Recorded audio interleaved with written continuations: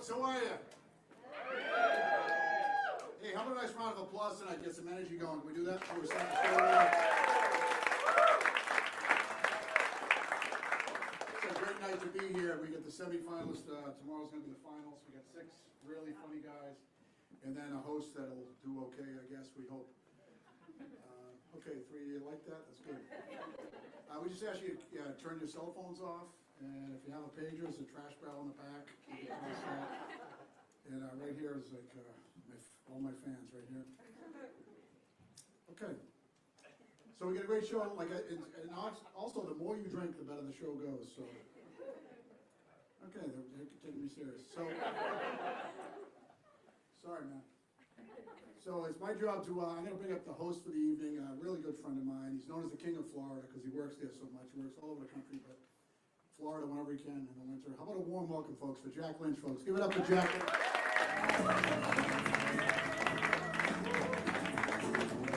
Thank you.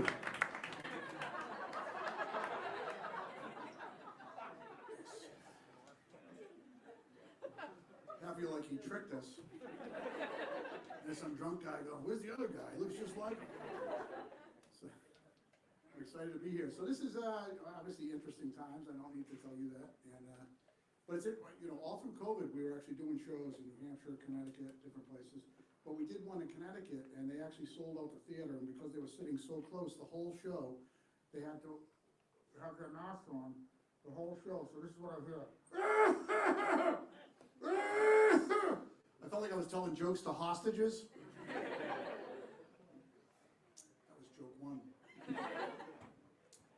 So I actually opted out of the Johnson & Johnson vaccine because I'm Irish. I've never done one shot of anything. Joke 2.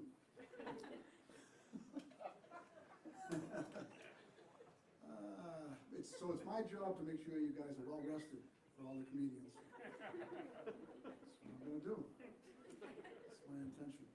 So I bought a GPS from Ocean State Job Lot. It was $23. I figured, how bad could it be? I plug it in to get here. It goes, just take a right. Go left.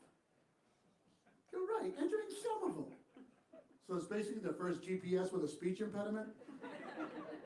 My buddy's got one that's got a nice British woman's voice on it. Goes, turn right, turn left, spank me, I've been bad. You've arrived prematurely. I was in a supermarket today buying breakfast items. I don't know if you've seen this with the breakfast sausages. They get a little crazy with the different flavors. They have all these different flavors: honey, maple, beef, pork, smoked. And they now have bacon-flavored sausage. Finally. Because I don't know about you, I love the taste of bacon, hate the shape of it. Prefer it in a tube. Then I'm going through the cashier. You ever have a cashier at a supermarket comment on your food? She's all excited about my food. She's like, oh, sausage and eggs, nice breakfast, pound cake and strawberries, nice dessert, cough drop, someone's got a cold. Want to go back in line with like a cucumber, can of Crisco, box of Pop Rocks. Ooh, someone's got a girlfriend.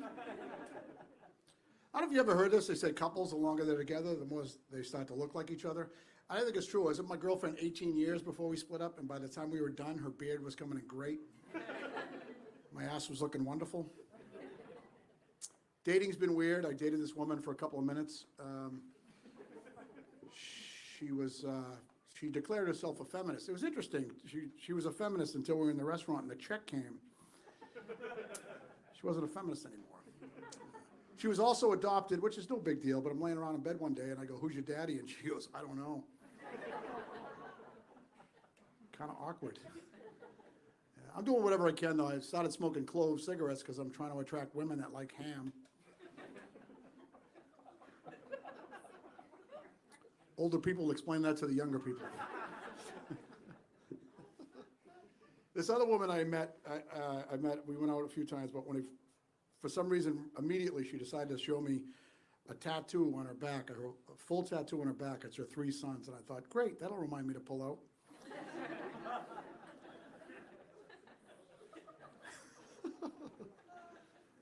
Some of you just seem so uptight. Come on, we're in a basement.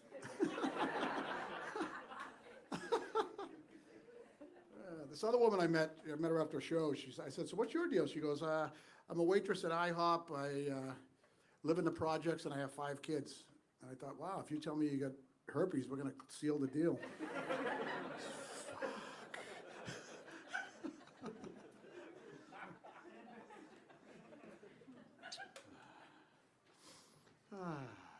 So one thing about this time of year, I hate winter as it's upon us. But one thing I do love about it, it's camping season is not happening. Camping season's over. I hate camping. I actually quit drinking so I wouldn't sleep on the ground anymore. Yeah, I'm thinking, why do I want to pretend I'm homeless for the weekend? Think about it. How's the homeless guy feel about that? I'm thinking, as long as we're going to go camping and pretend, why don't we let him stay at our house for the weekend? Okay, you guys don't like that. You're a great crowd.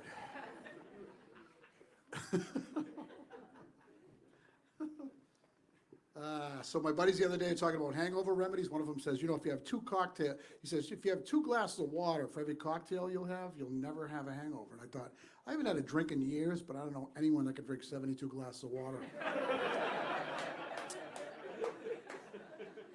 That's a math joke. You don't get math, you don't get the joke. So I actually got to Somerville a little bit early today because, there's so much to see.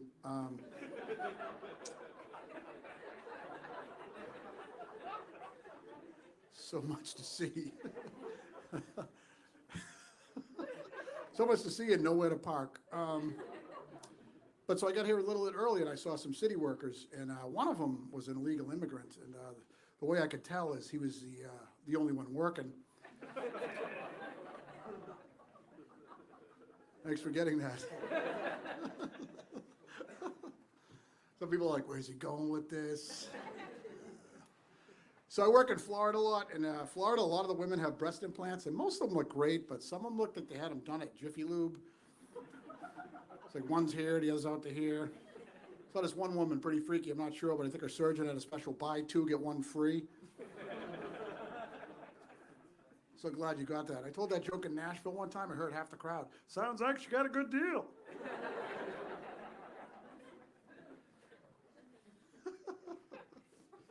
That's right. Thank you very much.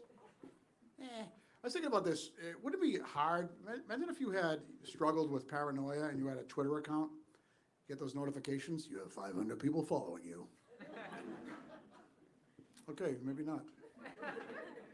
And it's funny, a few of us started comedy early 90s, and wasn't a place as nice as this, but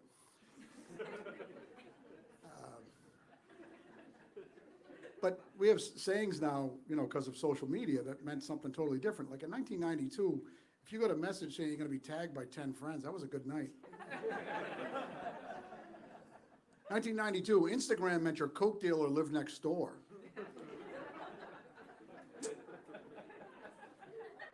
Only the Coke people get that. And I'm not going to tell you what Snapchat used to mean. Figure that out for yourself. Man, so I think everybody has a friend that likes to drink too much, and I'm thinking if you're not looking around right now, it's probably you.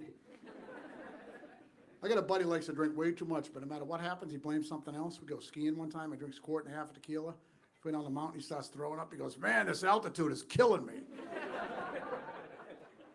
Next morning, he's up, he's brushing his teeth, he starts throwing up. He goes, what the hell's in this toothpaste? I don't know, I think it's called denial.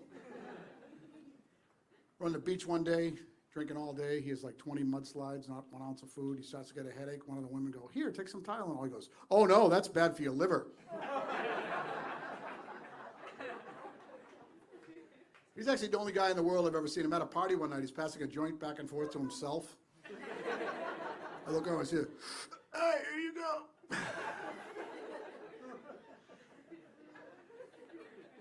He actually thought it was legal to drink and drive a boat, too.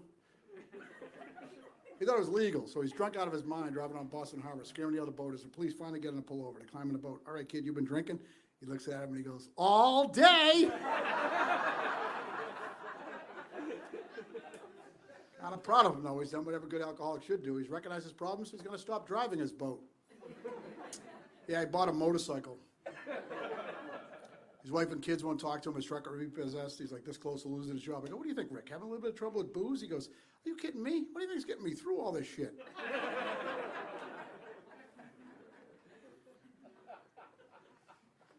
I give him a ride home one night. He's so drunk, and I said, "You'll get my drive." Like, oh, can we stop at the supermarket? He's so drunk, he buys like $100 worth of groceries.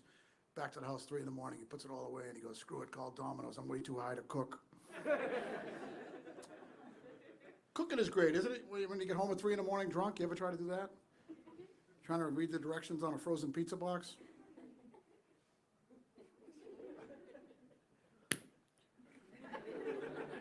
Let's see, cook at 400 degrees for 20 minutes. But I'm not going to be awake that long. You'll cook it at 1,000 degrees for 1 minute. That's pretty key. I can't stop doing that voice. Possessed by the ghost of Ed Catman. So I grew up in Woburn, Mass. I know I sound like I'm bragging now, but so, Woburn. Thanks, I'm going to talk to her. Woburn had a slight problem with the water, and if you don't know the story, there's a movie about it in a book called The Civil Action. And if you don't know anything about that, I'll just sum it up for you quickly. People in Mexico tell you to not drink the water in Woburn. True story. Yeah. But growing up, true story, both my parents were deaf. That's not the funny part. Feel free to chuckle anyway. They can't hear you. It's all right. It's okay. My mother would laugh at that, trust me. Yeah. But so everything we had in the house, instead of an alarm, like a sound, it had a flashing light. The doorbell, the alarm clock, the telephone had a flashing light. So by the time I was 15, first time I walked into a disco, I went, shit, somebody get the phone. First 5 years of my life, I watched my parents do sign language. I'm thinking, man, are we Italian? Are we in a gang? The only thing cool about this, I was the interpreter of a lot of situations. It came in really handy in high school when I got caught with something illegal that rhymes with pot. It was illegal then. They called my father's work, tell my father's boss that I got in trouble. My father has no clue what I did. He walks in the principal's office. Principal throws a bag of dope down on the desk and he goes, we found this on him. My father looks at me and he goes, what did he say? He wants to know if you want to buy some weed. He wants me to take the next 3 weeks off. All right, folks, listen, how about another round of applause? I'm going to get the show kicked off. We got a great night, man.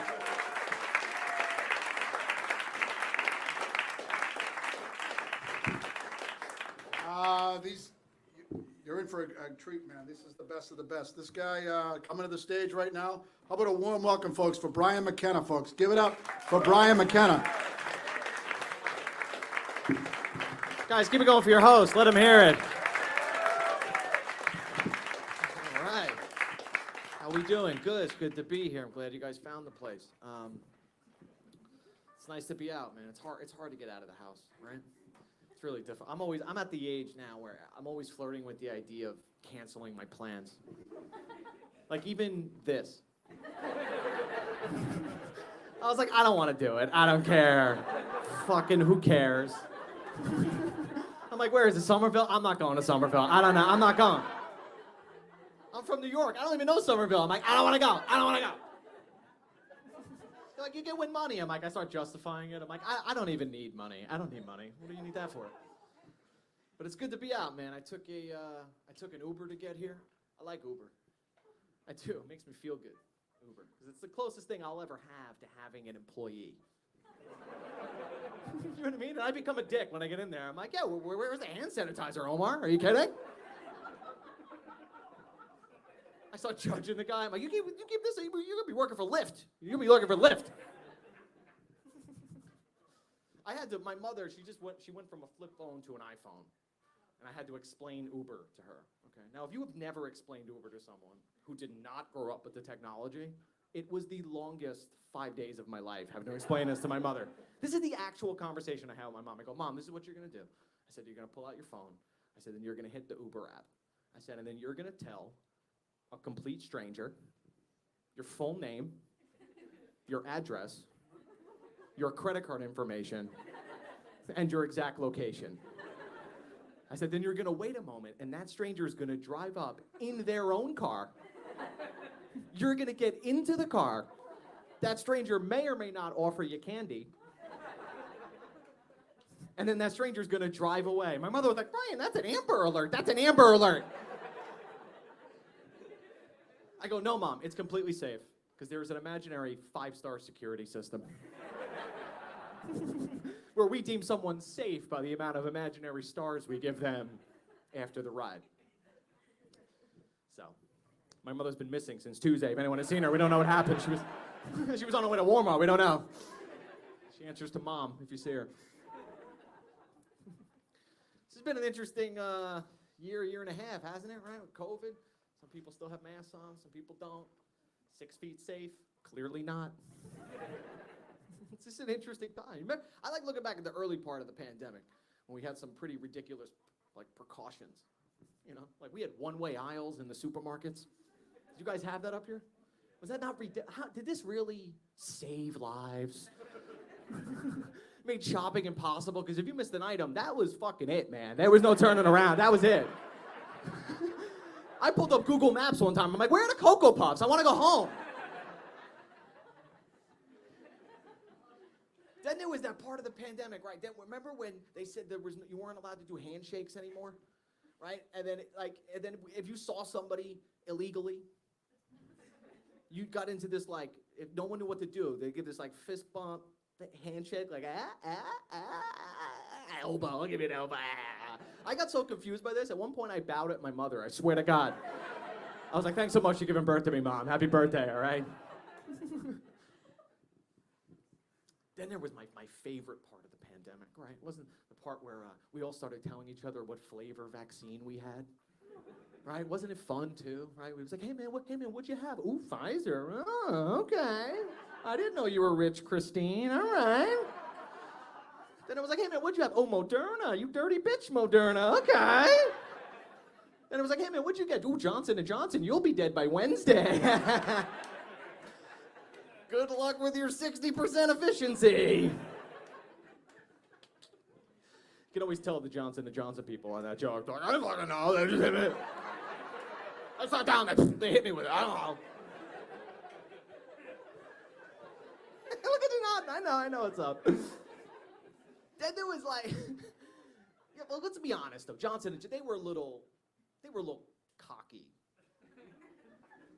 With the 60% efficiency, right? Like when I was in school, if you got a 60 on a test, you didn't fucking tell anybody about it, all right? It wasn't, you weren't asking people to study with you. It was like, no, you're a moron. I'm not cheating off of you.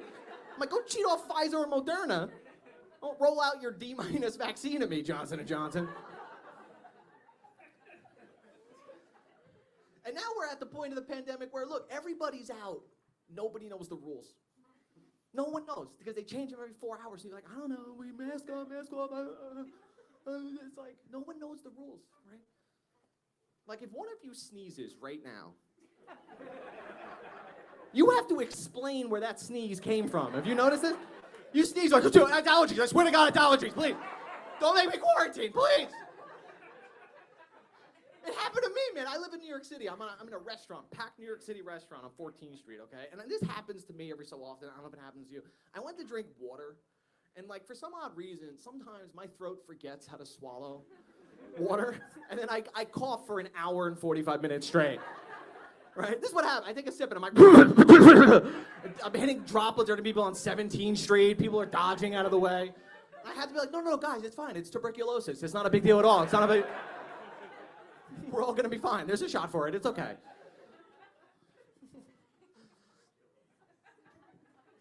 I didn't have a bad pandemic. That's how we say it now. If you know, people are like, "What'd you do? Did you learn a language?" I'm like, "I sat on my ass for 6 months. That's what I did. I've been waiting for this my whole life, to sit on my ass." I did get engaged though, which is nice. I did get engaged. Yes. Thank you. Oh, thank you. I felt the hesitation on that. All right.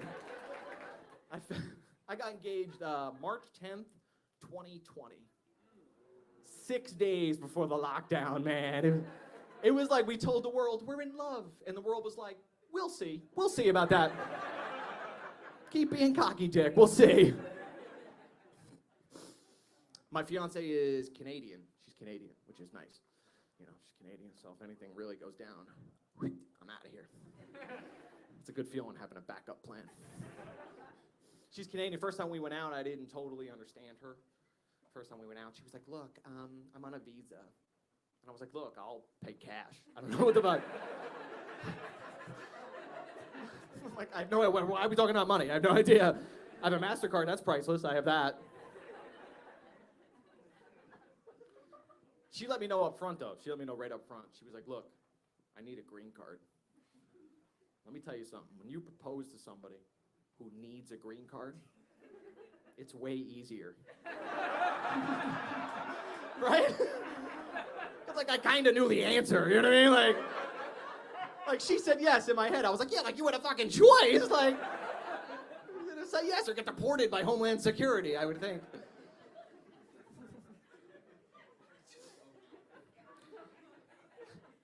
There's something I learned, though, about everything, man, especially over this, like, with love. It's nice to love somebody and they love you back. You know what's better, though, is when you can love how much you hate something together. That's a bond, man. You know what I mean? Like, that's a bond. Like, my fiance and I, we hate our neighbors. Like, I wish they were here so they could hear me say it. Like, I hate them. Like, I hate them. You know why? Because I live in an apartment building, right? My walls, very thin walls. And all they do is fight, right? And then when I see them in person, I have to pretend that I haven't been listening and choosing sides in their arguments. I saw the guy recently, and he was like, hey, Brian, how you doing? I was like, well, I'd be a lot better if you were home a little bit more. You've been hanging out at the office a little bit too much, Philip. Who is she? Who you banging? Who you banging? If there's anything I've learned over the last year and a half, is you got to stay healthy. You have to stay, otherwise you're going to go crazy. You have to stay healthy. I got a buddy, he's on Weight Watchers. That's what he does to stay healthy. Right? Now, if you don't know what Weight Watchers is, that's a weight loss program where you can eat whatever you want, right? But everything has points attached to it, right? Like an apple's a point, pizza's like 50 points, whatever it is. But he's become very annoying because he's one of these idiots who has to post every meal on social media as if we're all sitting at home being like, I wonder if Anthony ate lunch today. So he really pissed me off one night. So I was going to play a joke on him. I was going to send him a picture of a penis. Not mine, just one I found on the internet. And underneath it, I was going to write, if you ate this, how many points would it be? Yeah, like what a best friend would do, you know what I mean? So I Googled penises. Turns out quite the selection, by the way. I found one I loved. And then I saved it on my phone, right? And I don't know what happened. Like 2 or 3 days went by and I forgot to send it to him. And then my fiance was on my phone one night. And she comes out of the bedroom and she's like, Brian, why is there a picture of a penis that isn't yours on your phone? And I was like, oh, that is for Anthony. And I was going to send it to him and ask him if he ate it. Like, how many points would it be? But doesn't sound that funny when I say it to you right now. It doesn't sound that funny at all. And she looks right at me and she's like, you're really stupid. Because everybody knows it's 3 points, and left the room. I was like, I love this girl. All right, that's my closing joke, so have a great night, everybody.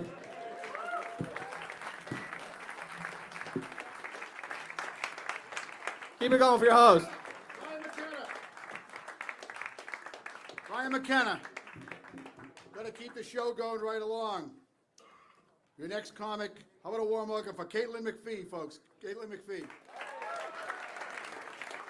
Thank you, guys. Thank you so much. So I've been living in Boston for quite a while. I absolutely love it. But I grew up in Kentucky. I'm sure you can look at this haircut and figure out why I left, right? No mystery there. Don't need Scooby and the gang for that one. Yeah, it's a weird place. Like you don't thrive in Kentucky when you look like you're in the lesbian reboot of The Sandlot, you know? That's just not, it's not my place, you know? It's fine. It's a weird place. And I grew up in like small town Kentucky on a farm. And I have always looked like a gay little boy since the day I was born, okay? And my family, they just look like a normal Kentucky farm family. So all of our family pictures from when I was a kid look so weird now. Like those pictures look like my actual family like sent me to that farm to turn me straight. Okay, we had to burn all of them. And when I go back to my hometown, no one knows how to talk to me. Like, they just don't see gay people still there. Like, one time I was in my hometown, and someone asked me if I was related to Ellen. I was like, that's not how it works. That's not what kind of gay science is that. It's so crazy. Yeah, I've always looked like a gay little boy forever. I was a twin, actually. It was me and a softball. And I grew up Catholic too, which just added another layer of weirdness, right? Because on top of being like this, being like gay androgynous, I also have a lung disease called cystic fibrosis, right? So the church that I went to, the Catholic church, they had no clue what to do with me. They were like, dear God, this kid has a severe illness and cystic fibrosis, like... We're going to need so much prayer for this one. Did you go Super Saiyan, Jesus? Thank you. You know what? Get that smoky ball and a chain out. Let's get it going around her. Smoke out those demons. Smoke out those demons. And I'm just sitting there, a child, and I'm like, look, I'm not trying to question God, but I don't think this is working because I'm coughing more, and I definitely still have a crush on my basketball coach. So didn't work at all. Didn't work at all. They just kept feeding me extra wine at communion, but now I'm just an alcoholic, so good. That's great. I used to think Kentucky was bad, and then I started dating a lesbian refugee from Saudi Arabia. Yeah, that really put it in perspective. That makes Kentucky seem like San Francisco. That's crazy. And on top of her being from Saudi, she was also, I swear to God, she was a Saudi princess. That's right. I landed a princess, even though I apparently do finger guns now. But I did. But it's like a cool thing, but it's like, in Saudi, there are like tons of princesses. So it's like, it's a cool thing I did, but like I didn't bang Meghan Markle. You know what I mean? Like, I got a free hotel room, but it was like a La Quinta. Okay. Me and her dated for a while, and then we broke up. And I think just to like switch things up for myself, I for the first time in 2.5 years had sex with a man. Yeah, it was pretty interesting. Like it had been so long. Like when he pulled his dick out, I was like, oh, vintage. Very nice. No. This is nice. Like I've been using plastic for a very long time now. And I bet this is much better for the environment, yeah. Just like making up excuses as to why I should do this. I'm like, he loves the earth. It was great. It's so nostalgic. I feel like I pulled out the N64. Still knew my way around a joystick. It was awesome. It was so great. Yeah, I'm a bisexual, and everyone's always so shocked to hear that for some reason. I don't know why. But like, when I say bisexual, I mean like 80-20, okay? Yeah, 80-20. So like 80% women, right? And then 20% me being sad at bars. Because dick for me is like fast food. Like if I'm like drunk at 2 a.m. and I'm super hungry, okay, fine, I'll have it. It's just the only thing to get that late at night, you know? It's practically all that's open, actually.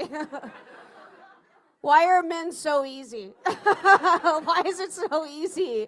I live in Boston where they breed white guys who major in finance, and I look like this, and I get all the dick I want. It shouldn't be that easy. It shouldn't. Like, I had a man tell me I sound like Timmy Turner from the Fairly Odd Parents. And he still slept with me. I had another man tell me that I look like Elliot from E.T. But to be fair, he looked like E.T., so I think we're getting married, actually. It's going to be a great wedding. There's going to be a bike. That's really fucking goofy. It took me a little bit to tell my parents that I was bisexual. I was like, do they even know what that word is? You know, like, what helped me is one night I was drinking with my sister, my little sister, and later that night I walked by the bathroom and I found my drunk sister on the floor crying. And when I asked her what was wrong, she said, I think I'm a reptile. And then I was not afraid to tell my parents I'm bisexual. They're going to be like, oh, you're bisexual? Please. Our other daughter needs heat lamps. Those bulbs are so expensive. Me and my ex-girlfriend met on Hinge. Anyone else on that app? No, just me. Fun. Wow. That was so sad. That was brutal. Jesus Christ. You guys were straight up like, no, we're very happy. We're very happy and we're better than you and we're all coupled up. Damn. Yeah, we met on Hinge. So like the dating apps in the Midwest and Kentucky are tight. Like it's not like you just need all of your teeth and then you're solid on there. Like you're a catch. And then I moved to Boston, and I don't know like what it is about Boston, but it is way more competitive on the dating apps here. Like I don't even feel like I'm on Hinge anymore, okay? I feel like I'm on LinkedIn, right? Now I know who doesn't want to fuck me and who got the job I applied for, right? And that's tough. That's really tough. I actually dated a man one time. It was very weird for everyone. Super weird for everyone. It was like me and this guy, we would like go out into public and people would say weird shit to us. Like me and this guy went to a bagel shop one time. And there was this older woman working at the bagel shop who kept calling me young man. Which is like, fair actually. Yeah, that's fine. I get that. But then she asked if my ex-boyfriend was my brother. And he's black, so... I was like, oh, you know what? This woman is a hero, actually. She is. She's a hero. I mean, this woman truly does not see race. She does not see gender. Like, she might not see at all, actually. She might be super blind. I mean, I didn't get the right bagel, so. My boyfriend at the time was like, is that weird for you that people think that you're, like, a boy sometimes? And I went, dude, I dress myself. I know what I'm doing here. It's fine. It's fine. But I was wondering if it's weird for you that people think your girlfriend is a boy and a little one at that. I mean, you're going to end up on a list somewhere. We cannot hold hands in public, dude. We can't. And he was cool about it. He was like, no, I don't give a shit. Like, I know that you have tits under your Oshkosh Bagosh jackets. Fits me like a glove. That happens to me all the time. I've been called young man. I've been called boy. I've been called little buddy before. Yeah, little buddy. I used to work at a Starbucks, and like for some reason at this Starbucks, we would have like tons of like hot dads come in all the time. Anyone a fan of hot dads? Yeah, okay, so none of you are on apps, but you like hot dads. Okay, now I know what apps you're actually on. Yeah, there was like this dad that came into the Starbucks one day, and he was so hot. I was like, oh, shit. I was like, damn, I want to fuck that dad. I was like, damn, I want to fuck that dad until he pays off my student debt. That dad's so hot. And then I handed him his coffee, and he was like, thanks, little buddy. And then he tussled my hair, which, like, still made me come, but I have so much student debt, you know? All right, that's it for me. Thank you guys so much. Caitlyn Mcphee. Gotta keep it going. How about a warm welcome for Zako Yanugawa, folks? Give it up. What's up? My name is Zako Yanugawa. I was born and raised in Japan. Thank you. But I'm so happy to be here in America, because America is great.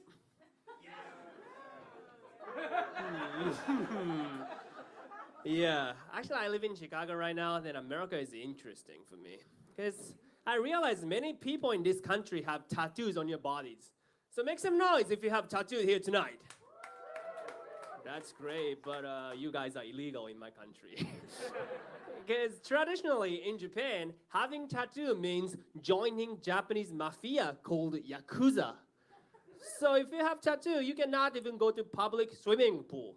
So that's why when I came to America for the first time, I thought, wow, Japanese mafia finally expanded their territories.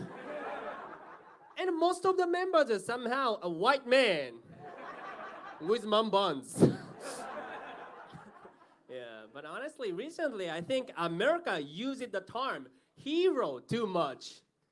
Because I went to the restaurant the other day, then I found the poster at the entrance. It said, wear a mask, be a hero. Are you sure? Can you guys be a hero just wearing a mask? All right, if so, we Asians have been your hero for fucking 40 years. But I think a hero is more of a perspective. For example, your greatest hero during World War II is my grandpa's greatest enemy. Okay, that's awkward, but true. Because 10 years ago, my American friend took me to the baseball game for the first time. And at the beginning of the game, announcer said, ladies and gentlemen, please rise and take your hat off and give it up for World War II hero, Sergeant Mike Smith. Then everyone stood and clapped like, woo! But I didn't know if I should. Because, you know. Yeah. But I didn't want to be disrespectful, so I just stood and clapped twice. One for each bomb. What? Too soon for you guys? Yeah, that's why I still believe that in America, we need Asian superhero movies. Yeah, thank you. I'm glad Shang-Chi came out, but we need more, something tough. So how about a Japanese Aquaman? He basically provides a good seafood from ocean.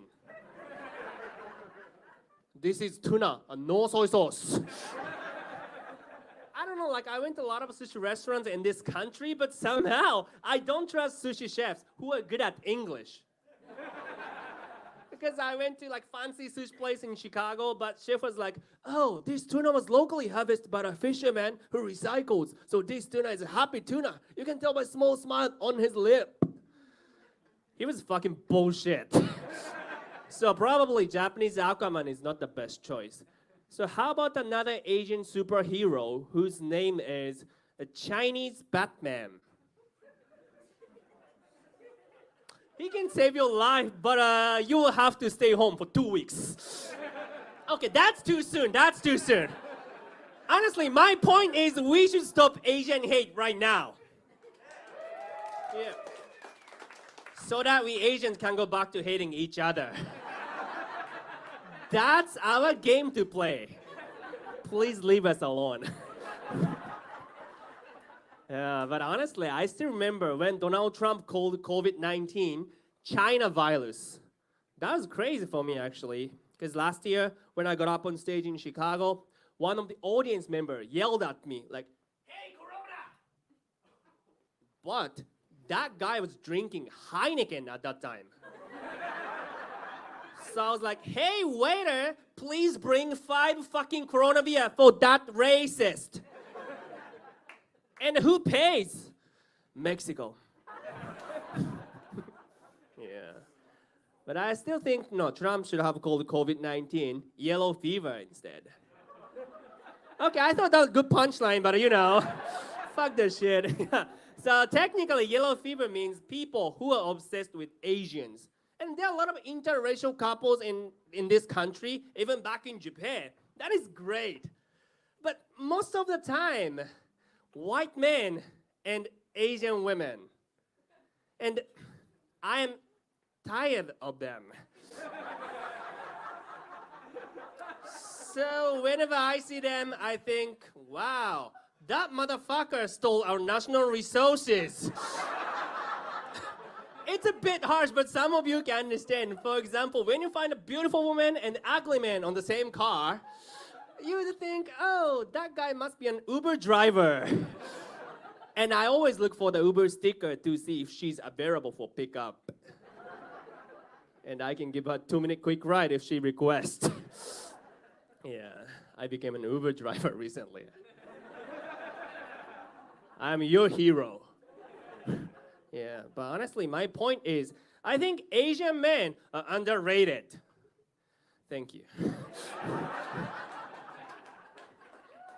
Yeah, guys, I travel many countries for comedy, and some people said that Asian men are not even sexy, which is bullshit. That's why, as I represent Japan, I have been sleeping with so many women from all over the world. And I realized I'm a patriot. Because I like to sleep with women who are on the period making Japanese flag on my sheets.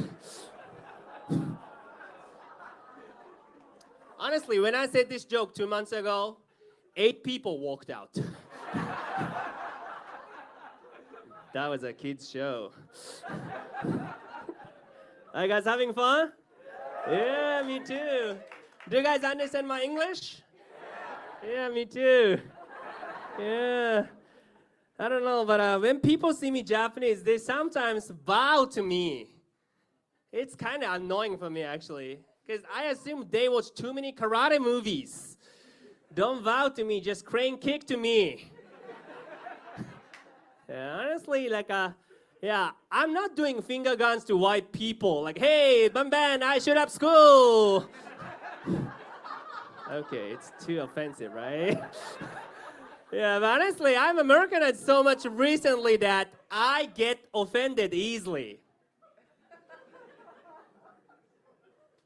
Yeah. Because last winter, I was waiting for my friend at the Starbucks, and the random guy came up and he said, I hope it's White Christmas. I was like, excuse me? I thought Christmas is for everyone. Because that's unfair. There's White Christmas and Black Fridays, but there's no Asian holidays. Then we can take over Labor Day. Actually, this is the best joke tonight. Yeah.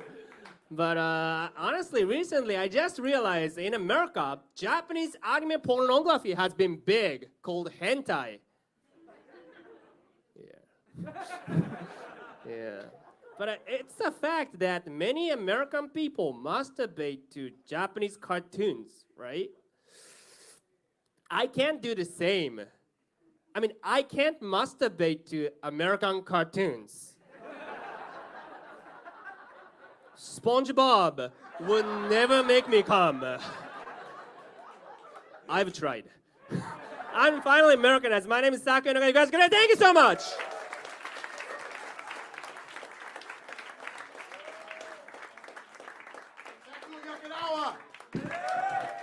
Get up.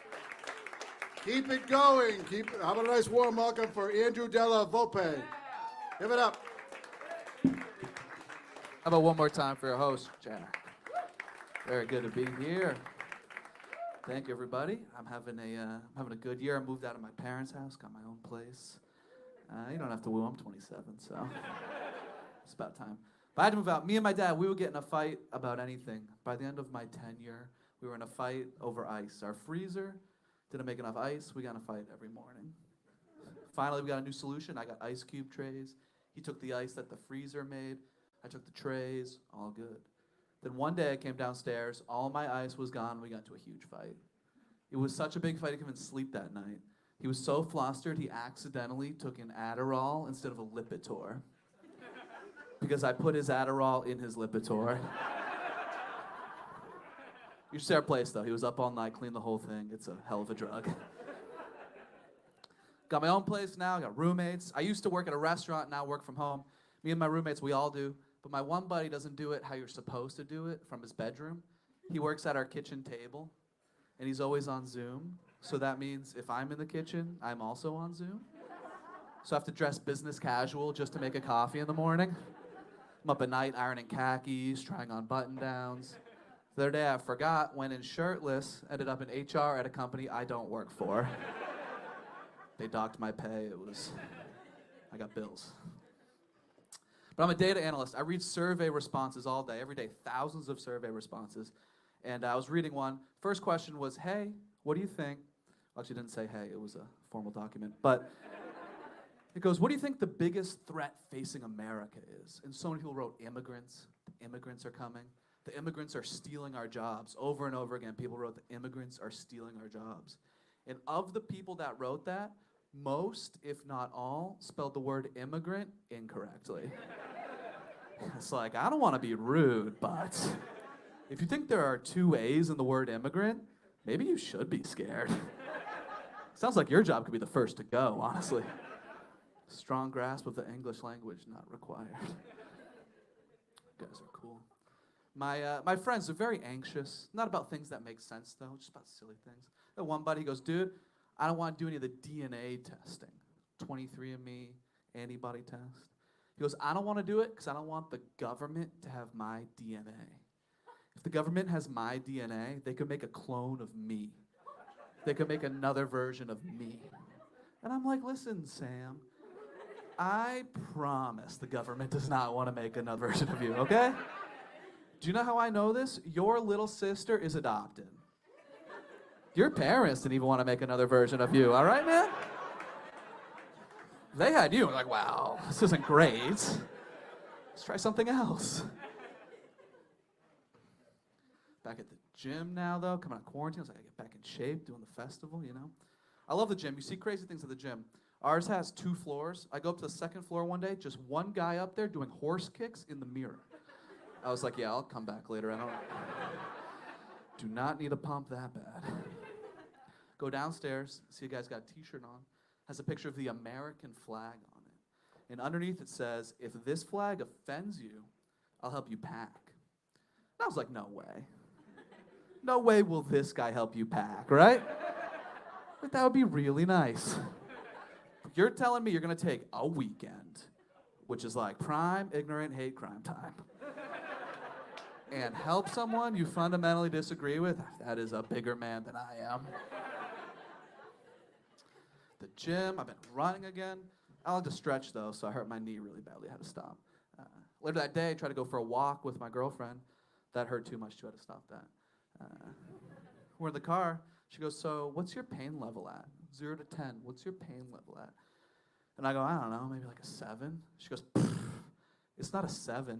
10's the worst pain you've ever had. I go, okay, maybe like a 3. She goes, well, if it's a 3, then why aren't we still walking? I was like, hey, it's whatever number means I can't walk, all right?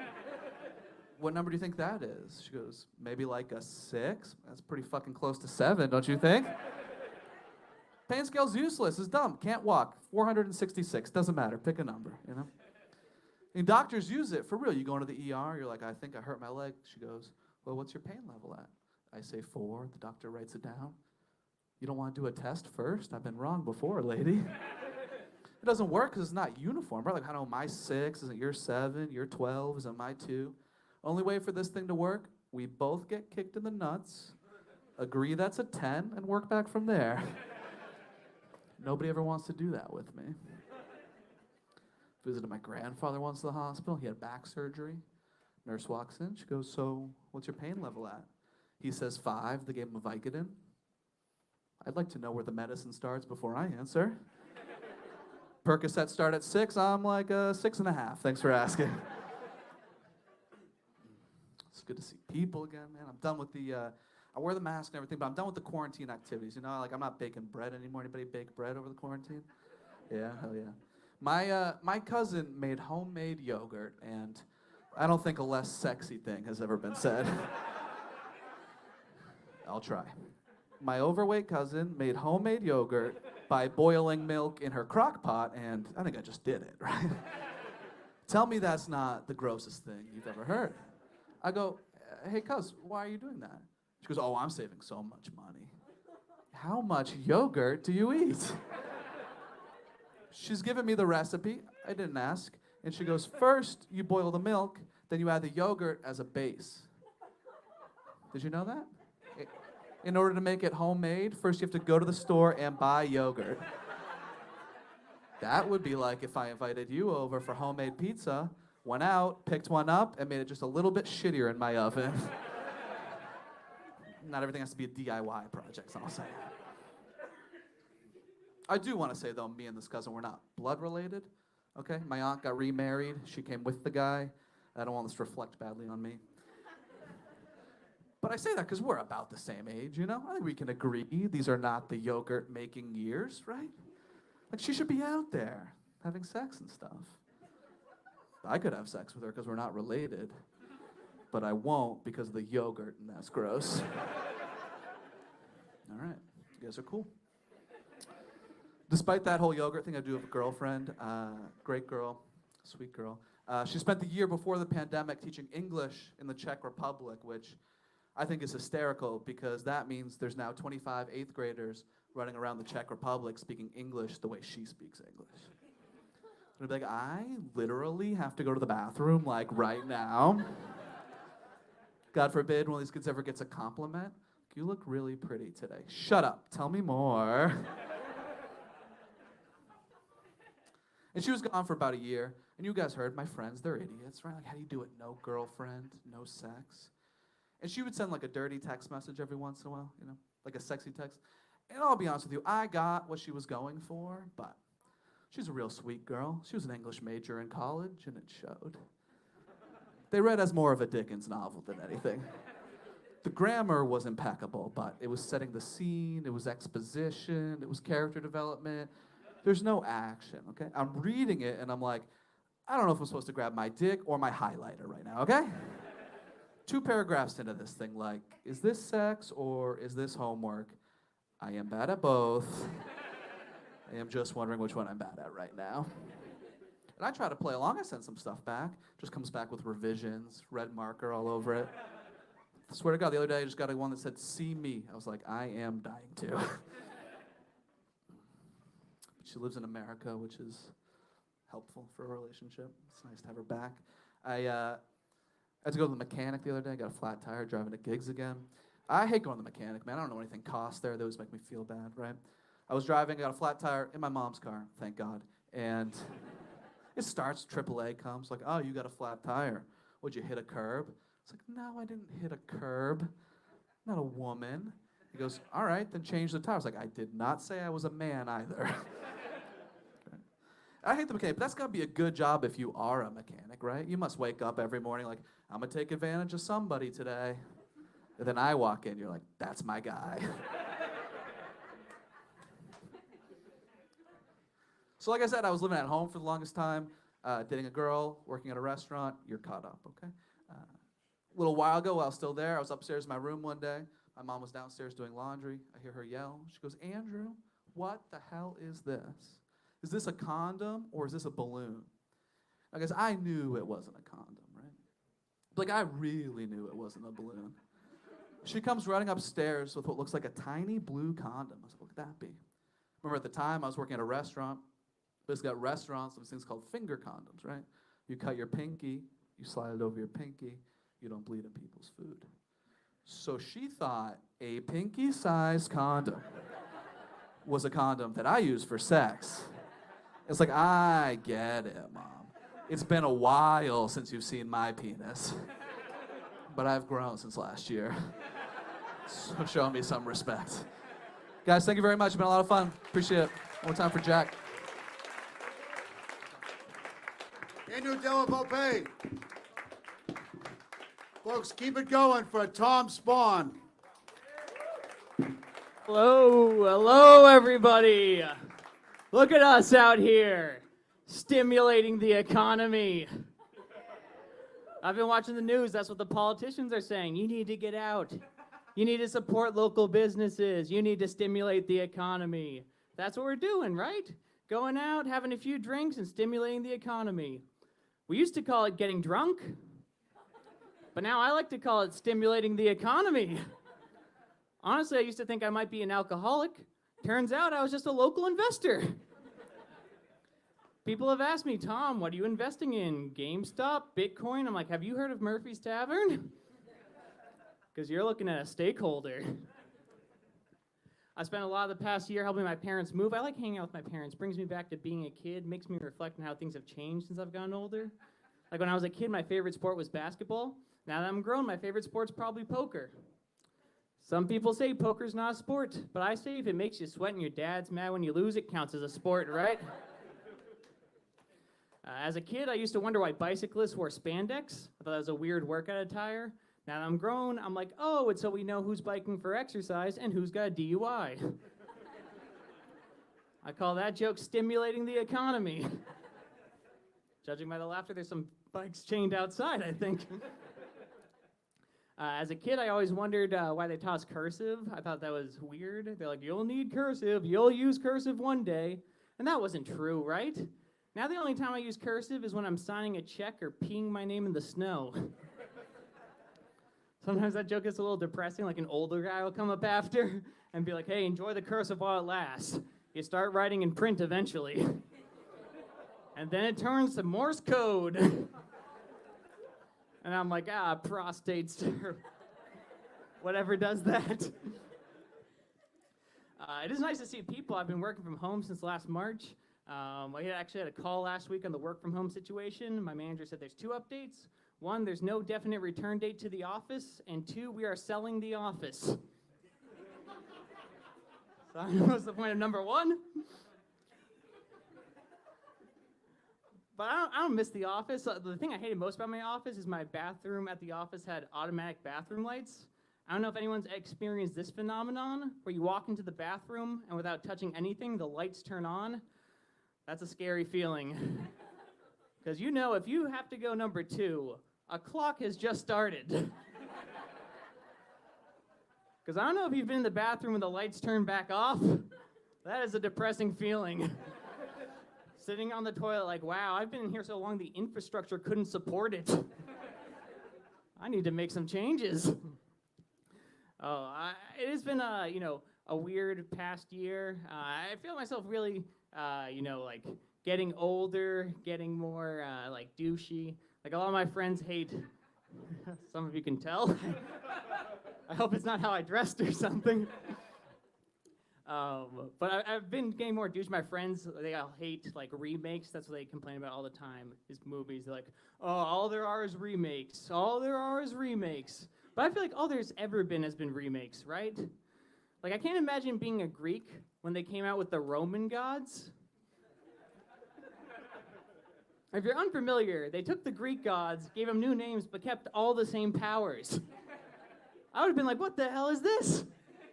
So now Hermes is Mercury, and Zeus is Jupiter? I'm just glad I didn't have to deal with my uncle back when that happened. I would have hated getting that phone call like, hey, did you hear? They're trying to cancel the Greek gods. Remaking Zeus, probably as a woman this time. Hashtag not my Poseidon. I am from New Hampshire. I love it there. I'm very, very outdoorsy. I love skiing. Sometimes you catch flack for skiing, though. People will be like, oh, skiing, the rich entitled sport. And that's fair, but it's not the richest, most entitled sport, because that would be snowmobile jumping. Because to afford that sport, you need to buy a snowmobile, jump it, and if it doesn't land, buy another snowmobile. I did get corrected, though, after a show by a snowmobile jumper, where they said, hey, whoa, whoa, whoa, you got it all wrong. See, we practice into a foam pit, so we're not just wrecking snowmobiles, so it's not that expensive. It's all right, to be fair to this guy, correction, to afford snowmobile jumping, you just need to buy a snowmobile, a giant foam pit, and a machine that can lift a snowmobile out of a giant foam pit. So it's basically soccer. Again, grew up in New Hampshire. I love fishing, hunting. For the first time in a long time, last fall, shot a deer. I texted my mom to help me bring it out the woods, because we're like a white trash team. And when we showed up to the deer, though, I actually got a text with depressing news. So I started crying, and my mom started crying. But we were standing over a dead deer. So to someone walking by, we would just look like hunters that grew remorse. That would have been a weird conversation, right? Someone's like, yeah, what kind of monster kills a defenseless animal? We have to be like, us. Can you take our picture with it? I am a very, very, very awkward person, very awkward sexually. I don't know if you can tell. I feel like it's my look, like my eyebrows. Like I constantly look like surprised, but excited, but also scared. Like I constantly look like a kid who just saw his first boob. Like I like this, but is this allowed? Very awkward sexually. I actually didn't have my first kiss till I was 17. 5 minutes later, had sex with that woman. That's quite a jump, right? Going from your first kiss to sex in 5 minutes. It's like your dad sat you down for your first beer. You're drinking it. You're like, I like it, but I feel weird. I like it, but I feel weird. 5 minutes later, you look over, he's chopping up an 8-ball. You're doing the real stuff right now, son. Welcome to the show. I'm bad at dating. I complain to my girlfriend all the time about how tough it was for me dating, because I'm pretty short. To be honest, I'm only 5'9". To be really honest, I was only 5'9" on my dating profile. I actually found out you have to be 5'10" to even donate sperm. I'm like, wow, is that how unattractive my height is? Women don't want me even when I'm not there anymore? I'm trying to do them a favor. But I used to say how tough it was being short, and my girlfriend's like, no, it's way tougher for the women dating, because the women have to take birth control. She's like, you know what, they should make men take birth control. There should be a male birth control. There should be a way that men can't get women pregnant. I said, honey, I think there is a male birth control. It's called being 5'7". Because I had none of those fears. No, I'm very, very awkward. The first time I met my girlfriend's mom, I was very, very awkward about it. She kind of like over-prefaced it. She's like, hey, you need to be on your best behavior. Best behavior, no funny business. I was like, all right, I'll behave. But the first time I met my girlfriend's mom, I was there with my girlfriend, her mom, her 5-year-old sister, and her 3-year-old sister. In front of all of them, her mom went, what are your intentions with my daughter? I said, well, that depends. Which one were you talking about? She did not take it that well. No, it was tough because when I met my girlfriend's mom, my girlfriend told me her mom was blind. Turns out she's just legally blind. And if you're unfamiliar with the term legally blind, what that means is she could see. Which I was not expecting. I feel like being legally blind is kind of like winning on a technicality. Because you can still see, but she was able to get disability. That must have been a weird disability meeting where the guy's like, so you are blind, right? She's like, well, legally? I mean, I drove here. I feel like being legally blind is like your friend dating an 18-year-old, where you have to be like, so you are dating an adult, right? He's like, well, legally? She drove here. But I was bad with my girlfriend. The first time I went on a date, she wanted to go out for wings as a first date. We've all had wings. That's not a first date, right? That's a messy, intimate experience. You gotta be familiar with someone. You gotta go in like, hey, we might look at each other different after this. I feel like getting wings is the anal of dinner dates. Like you want to wait a while, and then eventually as an anniversary, you're like, finally, honey, we're doing wings? All right, well, let's try not to stain anything. All right. That's it for me, everyone. Thank you very much. I'm Tom Spawn.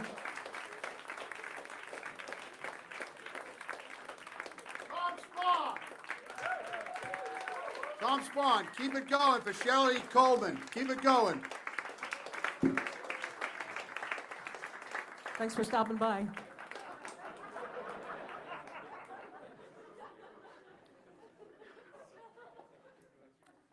I'm Shelley, and I'm respectable. What that means is that when you first see me, you suddenly can't remember if you've returned your library books or not.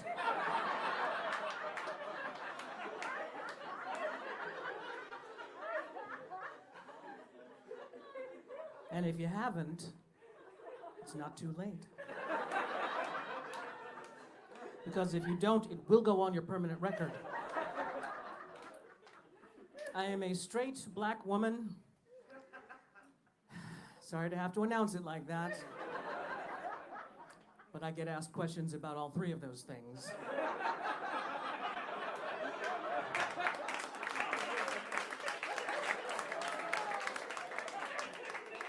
So what I like to do is I like to let that roll out, see, and then you guys can come up with your own questions. And then we'll be breaking up into small groups for discussion with your teaching assistants after the show. That'll be fun. And if you like, you don't have to, purely voluntary, for extra credit, brief essay, no more than 5 pages. Straight black woman, which is the hardest to believe and why? See, nobody ever volunteers for that. It's fine, I grade on a curve. Oh, you know what, before I forget, I was on my way here and I saw these 2 men fighting about sports. Are you guys all sports fans? Are you? Some of you are? Yeah? I'm not. I don't. Oh, thanks for coming back. Okay. I'm sorry, I'm not trying to embarrass you. It's just, it's a bonus. Sports, I don't really like sports, you know? I like baseball. Well, I like the New York Mets. That's kind of like baseball, right? Sort of. But other than that, I just don't, and the rivalries and the intensity, you know? Especially the whole New York-Boston thing, I don't get that. The Yankees versus the Red Sox, right? And the Patriots versus the infidels. I don't know who it is. It's somebody. But I really don't understand it because this is a bunch of very well-paid young men, none of whom is contributing to my mortgage. So I don't care. I don't care. I will say this, though, and I stand by it. New York City Ballet kicks Boston Ballet's ass. That's right, I said it. Even without Jacques Soto. What? You heard me. And our corps de ballet can turn fouette turns in circles around your principles, okay? Come at me. I'm sorry, I didn't mean to get excited. That's what happens when I talk about ballet. You know how it is. I have a record as a ballet hooligan back in the old days. What was I talking about? Oh, myself, yes, of course. I feel like I need to emphasize these days in particular that I am, in fact, a black woman. Now, when I say to a room full of black people that I'm a black woman, it's, oh, yeah, sure, you know, you look like my sister, my niece, my cousin, my aunt, whatever. When I say it to a room full of white people, no matter how woke y'all are, I still see doubt in your eyes. And I get it. I get it, okay? I've seen me. I get it. I could disappear in a sandbox. Hi. I'm just the palest black woman you'll ever see.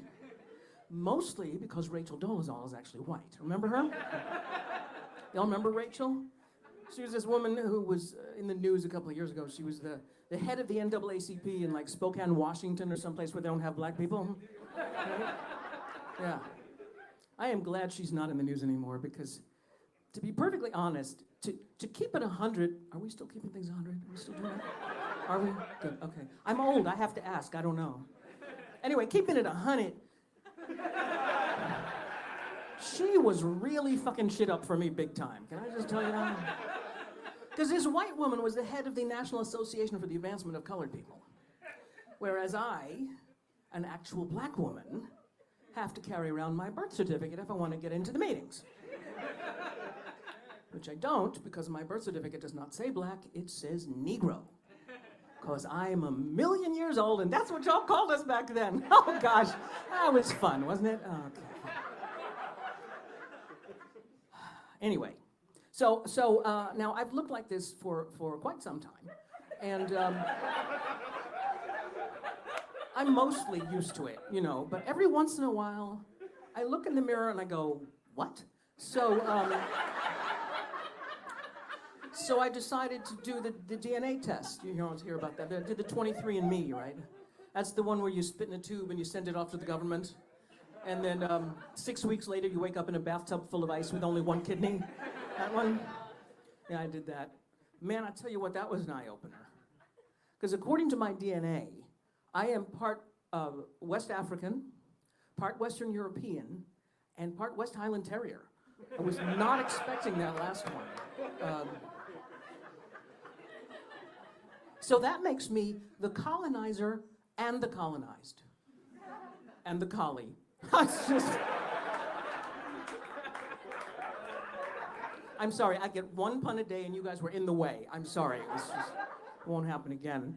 And I'm not really a collie. I'm more like a French bulldog. You know? I like to sit on the couch and have people bring me snacks. Anybody got any snacks? No, that's fine. That's fine. That's fine. So I understand that looking like this gives me a certain privilege, okay? It's not white privilege, because I'm not white. Although, honestly, people do tend to think that I am whatever they are. Like, I live across the street from 2 synagogues, and the Brooklyn Law, what do they call it? The Brooklyn Bar Association, so 3 synagogues. And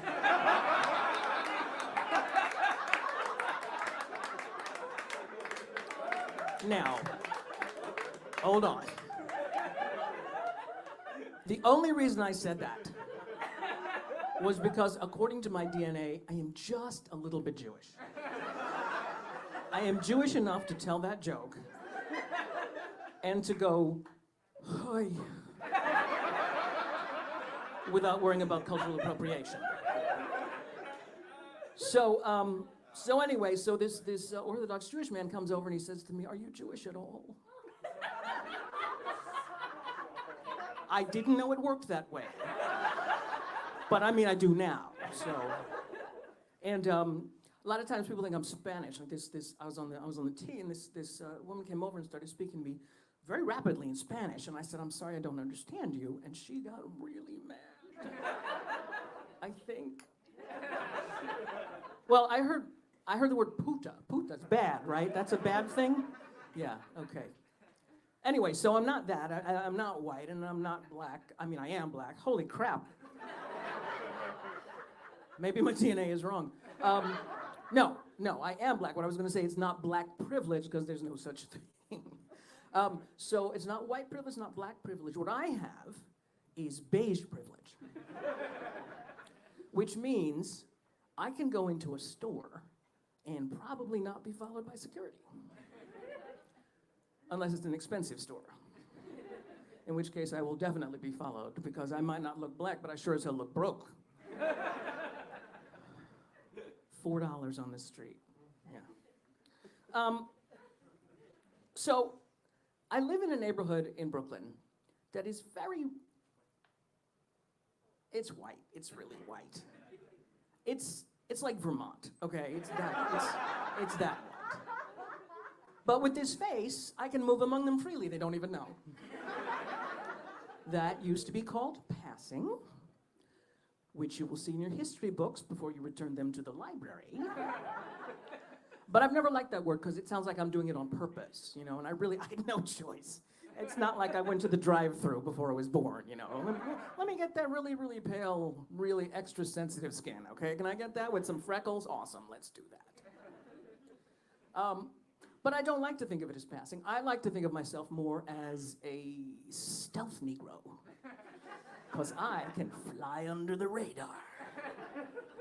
And if you ever think that you are in a room full of nothing but white people,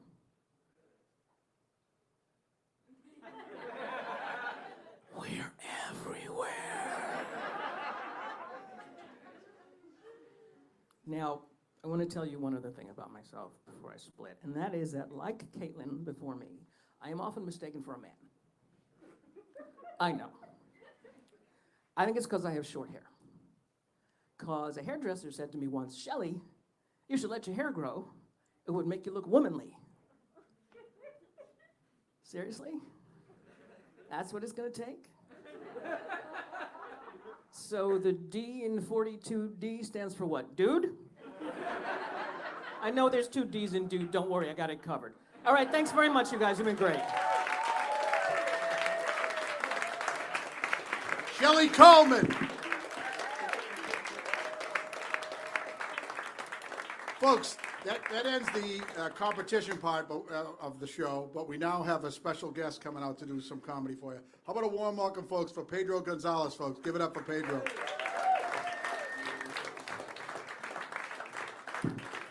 Thank you. This is my first time doing comedy. Let's be nice. Imagine, fucking 20 minutes with a loser who doesn't know how to do. What are you supposed to do? I'm from Colombia, but I've been here so long that I kind of forgot the price difference of things between here and Colombia. Like, I smoke weed. So in New York, that's where I live, I'll give a dude $50, and I say, bring me an 8. And he comes back with like this much weed. But I made the mistake of, in Colombia, giving a dude $50 and saying, bring me an 8. And he came back with an 8-year-old little boy. He said, do with this kid whatever you want. So now I have a little 8-year-old Colombian servant in my apartment, which is great because in New York, nobody has washing machines and I wear delicate clothes. He does everything with his little hands. I adopted an orphan. I hope you're doing something good to change the world as well. When you go to Cancun, never mention you're from here because they'll try to charge you a lot of money for anything. Like, I saw a guy buying real cheap weed, and I went to try to get the same price, but I made the mistake of speaking English to the side. He wised up, tried to charge me $80 for a little baggie of weed, like saying, like, oh, this gringo has money, whatever.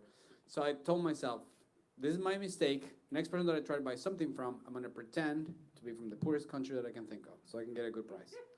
I got super drunk, and I'm not proud of this, but I talked to an escort, and she was like, what's up, baby, where are you from? And I was like, Venezuela. And she was like, okay, great, go work that corner. So I did. I blew a guy for $80 and I bought some weed. Boston is great. Last weekend I had to perform in Tijuana. My mom saw the flyer, she was like, please don't do that show. I dreamt last night, had a dream that after you perform in Tijuana, you were murdered. I said, Mom, do you think that if dreams come true, I would be doing shows in Tijuana?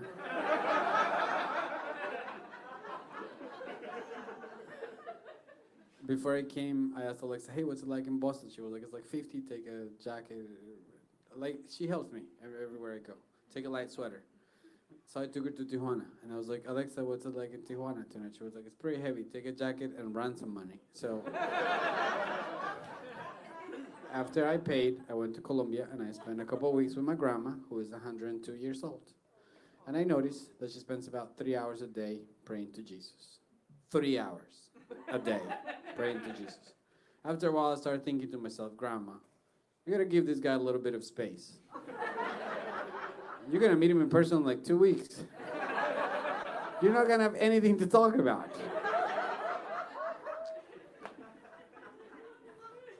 My other grandma, you always visit on the way to the airport when you go back home. So I was on the way to the airport, stopped by her house, I was packing something. She came to me and she said, I know New York is very cold, so I thought of you when I got this special blanket. I said, thank you. She said, a special price, $60. It's like, you're trying to sell me a blanket? And she wouldn't understand why it was wrong to do that. So I just wanted to end the conversation. She goes, why don't you buy it? I go, I don't have money. She goes, take it in installments. And I said, no. And I turned around and I walked away. And that was the last time that I saw her alive. Unfortunately, she died. And 6 months later, I went for the funeral. To the funeral, my mom started giving away her stuff. She was like, remember this blanket from your arguments? And as soon as I touched that blanket, I got a rush of feelings. I learned a lesson that I want to share with you. And that is, if your grandma ever goes senile and tries to sell you something, don't argue with her. Just wait. Eventually, she will die. And you will get a free blanket.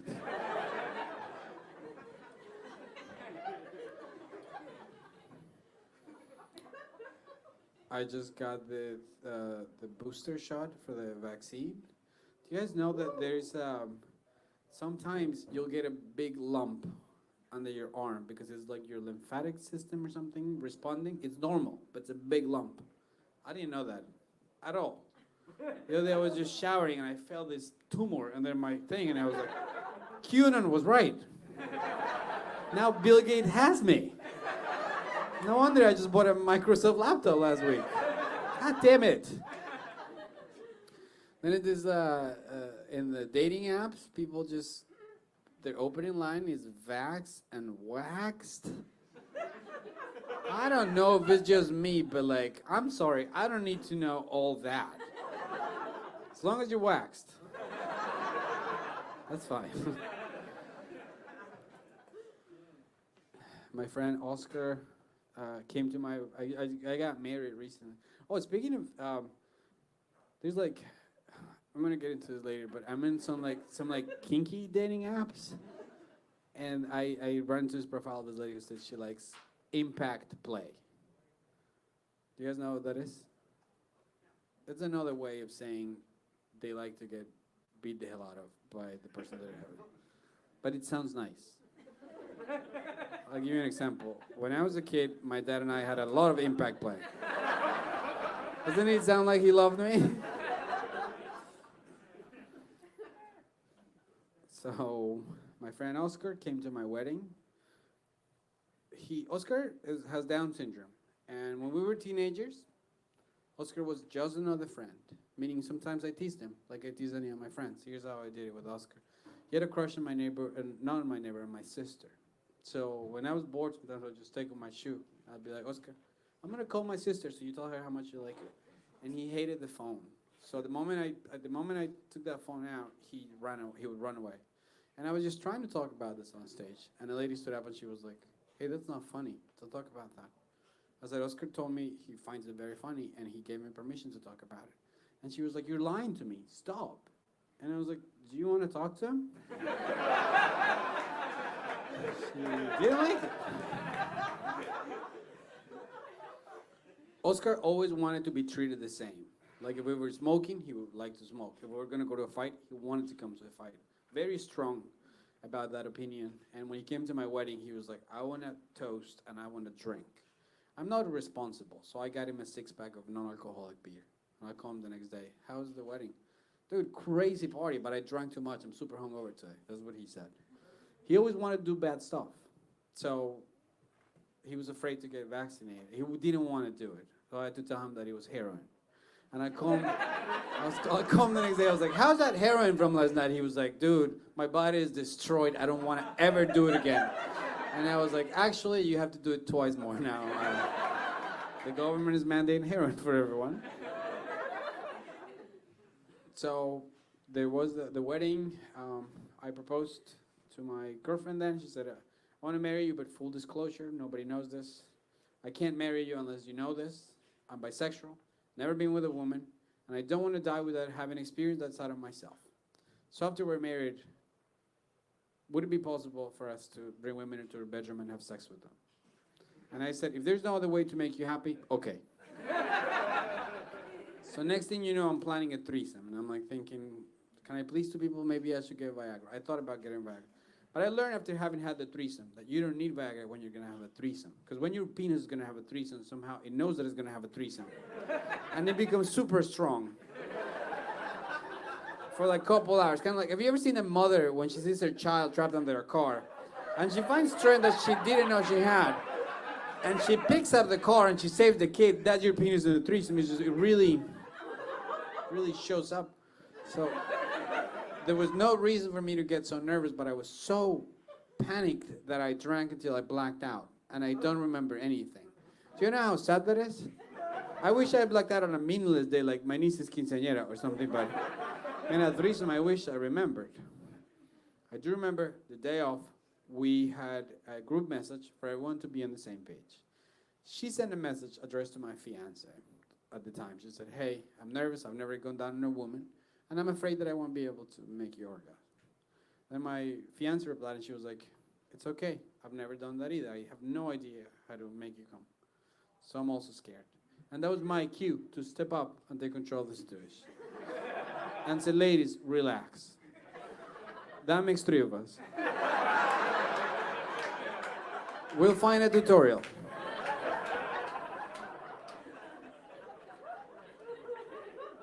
So that's our life. Sometimes we go on dates with women, but a lot of times I can't go because I'm doing this. So I'll just show up at the end. And that's better because my wife is gorgeous. And this is me. Just like, you know, nipples always showing, hair's falling, you know? I'm better at the end, I think, because it's like my wife is so gorgeous that it's kind of like we're trying to sell a mansion. And we're like luring a buyer. And we're hoping that she's going to fall in love with the mansion so hard that she's not going to mind but there's a raccoon that lives inside. Hey, I also live here and I get to watch.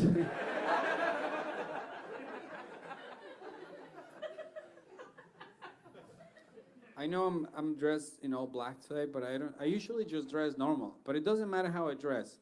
It happens a lot that I'll be at a store and people come to me and go, "Do you work here?" And it used to make me furious till I realized that the best way to get revenge is to pretend that I work there and try to destroy their lives. The other day, my whole was just making myself a meal at the buffet. This lady pokes me real hard. "Do you work here?" And I was like, "Yeah, and I love my job here. How can I help you?" She goes, "I want to know if there's garlic in the chicken." I pretend to look at something. There's no garlic. Eat all the chicken you want. She goes, "It's a serious question. I am severely allergic to garlic. I will literally choke and die if I eat any garlic, so are you sure?" And I said, "Ma'am, do you think that I would risk my job here at Whole Foods by giving you the wrong information?" And then I just walked away. And presumably she died.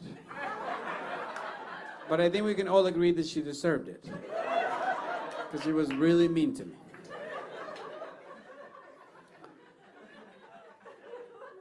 I have a new favorite athlete. He's a Paralympic swimmer from Afghanistan who trains in the United States, swims for the refugees. He's a massive dude. He doesn't have any arms. And the other day I saw him win a medal. And I went on his Instagram to say, "Congratulations. Great job."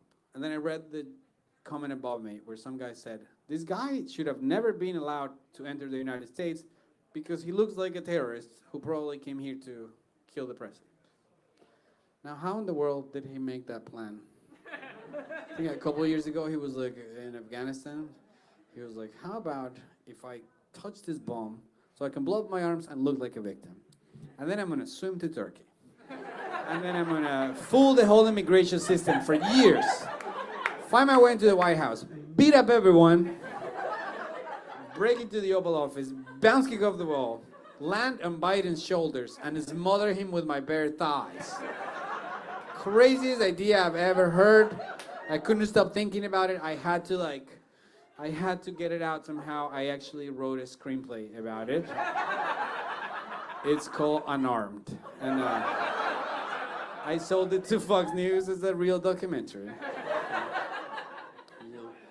You'll be able to see it. I'm sorry I wrote some things, but I don't know if you have parents who like just love to stereotype other nations. Just my dad used to be like a manual laborer in Venezuela. Venezuela was super rich. So in his mind, all Venezuelans are lazy. Just a rich country. So my brother's married to a Venezuelan, and he's like, their kid is gonna be just a lazy bomb. That's what he says. He's very proud that my wife is Greek, because he's like, the kid is gonna be smart. They invented philosophy.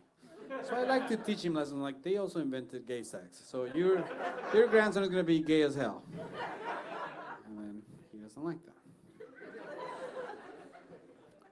Let me see if there's anything else in the book of new. This is mostly garbage, but you just never know.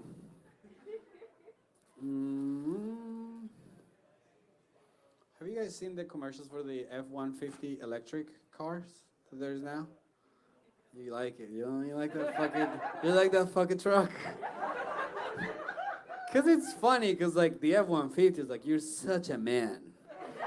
So now the way they're selling it to the manly man is like, oh, the electricity in the whole town went off, but you can still keep your family protected because you have an F-150 to power your house. So it's like F-150 electric. It's for the family, for a heterosexual family. None of that gay shit. Still get it and not be gay. That's really what they're saying, I think. My grandfather-in-law doesn't talk to me anymore after I requested a prenup. And I know you're looking at me and you're like, this guy has a notebook and a big pen. Why does he want a prenup? It might be hard to believe by looking at me, but I'm actually worth 1.5 million pesos. And I wanted to keep them.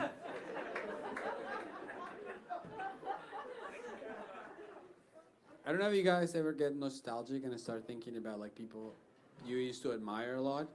It happened to me 2 days ago. I was in the shower and I was like, I wonder what happened to I Deep Throat, which is a lady that I used to follow. She's in the pornographic industry. Beautiful lady. Her name is Heather something, but she used to go by I Deep Throat because she was great at that. I don't think that was particularly great. But she only made porn with her husband, which I thought, this is a good family. It's a small business. And then they quit like 20 years ago, and I was like, even better. She probably went back to school or something. So I was always happy, never felt guilty that I saw her Deep Throat. And then I was like, I wonder what happened with Deep Throat. And I just looked, what's up with Deep Throat? And that she's back on fucking Pornhub doing videos. I was so disappointed. Because now her boobs are like this big, her face is just like that. It's like watching Michael Jordan play basketball again. It's like, no, you should have quit when it was your peak. You know, not all thoughts are worth sharing. I'm pretty sure this happens to you at fucking parties. And you're like, I was trying to be funny and fucking... Well, guess what? I have to do this for a living, so... It's not always pleasant.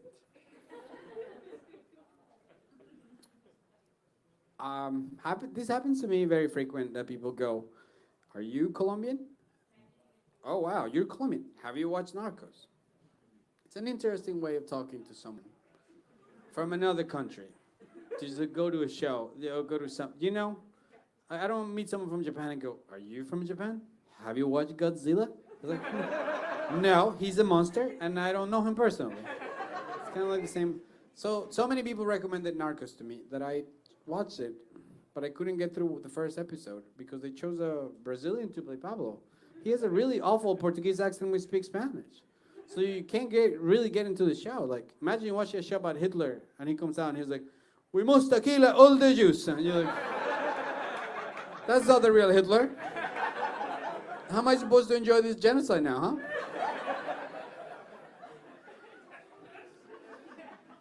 Another show that I watched, it's called 13 Reasons Why, which is a show about a very delicate subject. It's about a teenager who documented 13 reasons why she killed herself.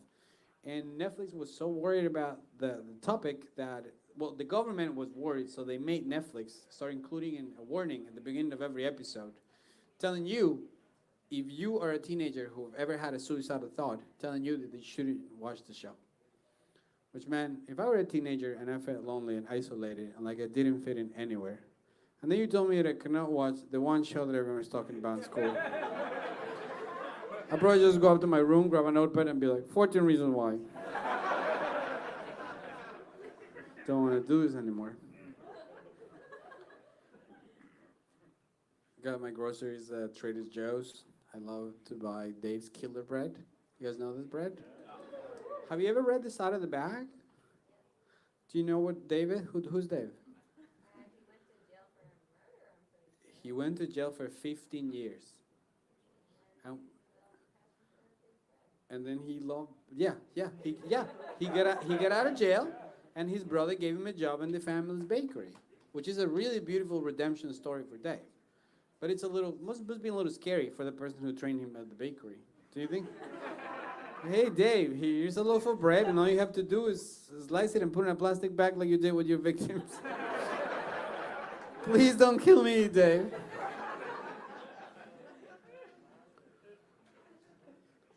I live in New York, and the other day I was waiting for the train, and I was bored. It wasn't coming, and so I just looked down there, near the rats, and there was this small sign all the way down there that said, "Caution, this area has been doused with rat poison pellets.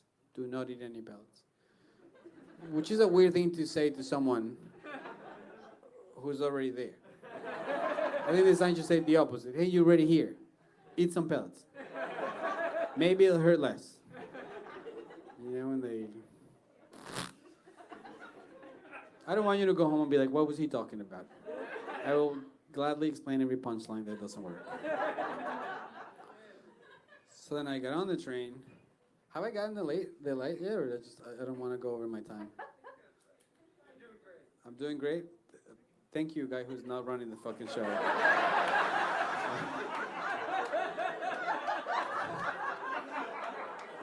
Are you gonna pay me the extra $12 that I deserve for doing more time than I'm supposed to?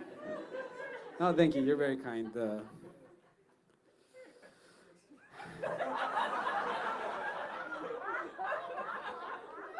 So, I got on the train and I started watching a movie on Netflix on my phone, and a sex scene came on, and I kept watching, and the lady next to me noticed. Got real mad. She gave me a job. She gave me a mean look. She was like, but why? If it's my movie, and it's on my phone, and it's on my lap, and it's propped up on my erection, it's really none of her business.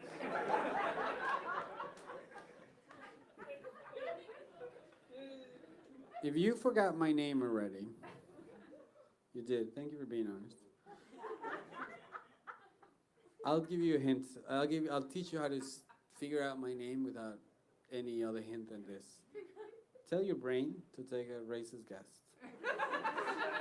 A racist guess, and you'll be completely right. Somebody say the first name.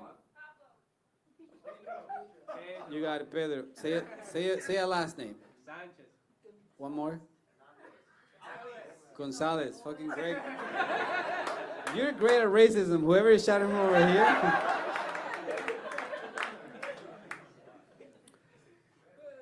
So after that, I do a little magic too, so the mind reading. That's my name, but when I came to this country, I wasn't documented. So I had to get a fake ID so I could get a job. And then I became Miguel. And then I got this job where my coworker always forgot my name, and he called me Manuel. And he'd apologize. I'm sorry, Miguel, that I call you Manuel. I swear I'm not racist. They're just similar names. I'm very easygoing. So I'm like, hey, man, don't worry about it. Call me Miguel. Call me Manuel. You can call me Pedro. If you want it. Be easier because I don't remember my fake name either. So my first job here, I was a janitor at a preschool. So every night, this is what I had to do. I would clean tiny toilets, like hundreds and hundreds of times. Like that. That was my job, and I'm going to tell you more about it. But before I say anything else, I would like to say that if you're American and your dream job was to clean tiny toilets, and I took that job from you, I'm sorry. I apologize. Thank you. Before you think that I was sad that I had to do that job, I'll tell you, I wasn't sad. I was very excited because before I moved here, I watched a movie that showed me that even if you start cleaning toilets, your life in America can be amazing. The movie takes place in Boston, actually. I don't know if you've seen it. It's called Good Will Hunting. Where Matt Damon cleans the toilets at MIT, and after he notices math equations, gets really excited, solves them every night for a couple months until people go, wow, he's a genius. They give him a really good job, but they changed his life. So I figure, why wouldn't this happen to me at the preschool, you know? So every night, I would clean the tiny toilets, and then I would run to the board, and I would solve the equations like 2 + 2 = 4. That's a rectangle, and I did it for months, and they found me, and they fired me. So I went back to school, and I graduated with a master's in literature when I was only 22, got a job teaching college, which is cool for someone so young, but it's also, I made a mistake because I was too immature. Unfortunately, I slept with one of my students at the college, but it was community college, and she was 47. So really, who took advantage of whom, you know? I think I was the victim in this situation. You need to see a doctor, my friend, over there.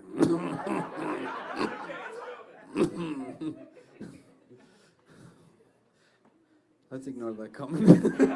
Let's ignore that fucking awful comment. I also worked at the DEA. I used to do wiretaps. So like I would have to listen to a conversation in Spanish, decide if it was drugs, and tell the agent, let them go or arrest them. And sometimes it was tricky, but you think the drug dealers are intelligent. They're not. I remember this kid from Colombia, one of the stupidest examples, he called from Colombia to New York. he's a dude. The pregnant cousin just gave birth.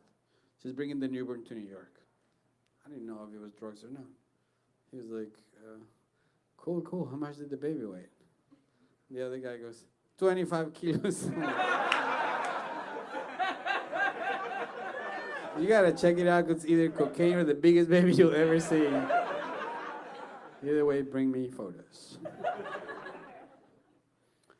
Okay, I'll just tell you one last joke because I don't want to make you stay too long. The last time that I was flying home, I made a stop in Fort Lauderdale because I have money like that, you know. So I was late to make my connection, and I started running through the airport, and I got into one of those moving walkways, and I started tapping people saying, "Please let me through." And I tapped this big dude. He didn't like it. He turned around and said, "What?" I said, "Can you please move?" I said, "I'm not going to move." I said, "Sir, it's very crowded." He said, "It's crowded because of people like you. Go back to your country." And I was like, "That's what I'm trying to do." But you're blocking me. When he understood I was going to leave the States, he carried my suitcase. And he waved me goodbye, and that's why I love this country. I also love you guys. Thank you for being such a great audience. Have a great night. Bye.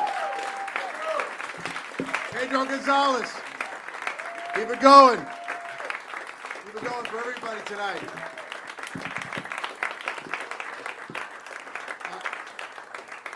Before I announce the winners, I just want to let you guys know our sponsor tonight. I want to thank our sponsor, Garden Remedies Cannabis. How about a round of applause for our sponsors? Sponsor. Now it's come time for the swimsuit competition. All right, so we actually have a kind of interesting, we usually have two people, we have three, there was a tie. So we, three people go to the finals tomorrow. Brian McKenna. Come on out. Caitlyn Mcphee and Shelly Coleman. Come on out.